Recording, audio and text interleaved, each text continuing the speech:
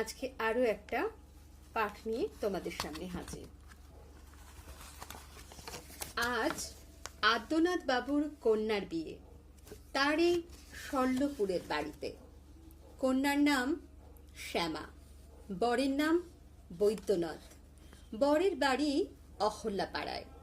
তিনি আর তার ভাই সৌম্য পাটের ব্যবসা করেন।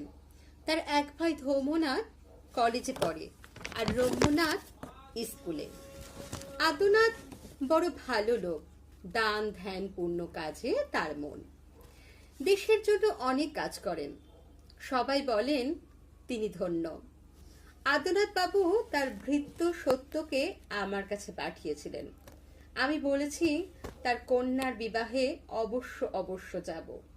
এখানে এসে দেখি আঙিনায় বাদ্য বাজছে। চাষিরা এবৎসর ভালো শস্য পেয়েছে, তাই তারা ভিড় করে এসেছে। ভিতরে ঢুকি সাধ্য কি, অগত্যা বাইরে বসে আছি।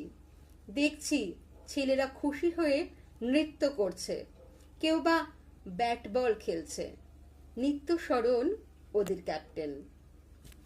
কেমন লাগছে আমার এই পাঠ্যাংশগুলো অবশ্যই জানাবেন কমেন্টের মাধ্যমে।